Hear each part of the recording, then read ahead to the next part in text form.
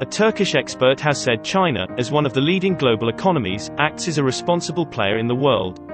Koلاکوگلو, director of the Turkish Center of Asia-Pacific Studies, said in a recent interview that China has made a remarkable success in modernization and development. Since the foundation of the PRC in 1949, Chinese people have sought to realize the country's modernization for decades. China made a remarkable success for its modernization and development. As China is the second largest economy of the world and the main production and trading hub, its certain policies directly affect the global economy.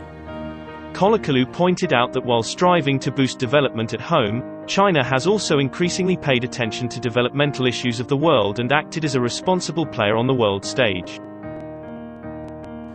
As one of the leading global economies, China has increasingly paid attention to developmental issues of the world.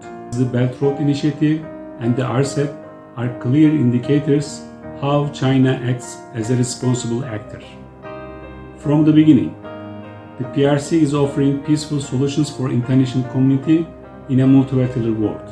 In an era of unprecedented global challenges and uncertainties, China continues to offer a peaceful, stable, and prosperous world.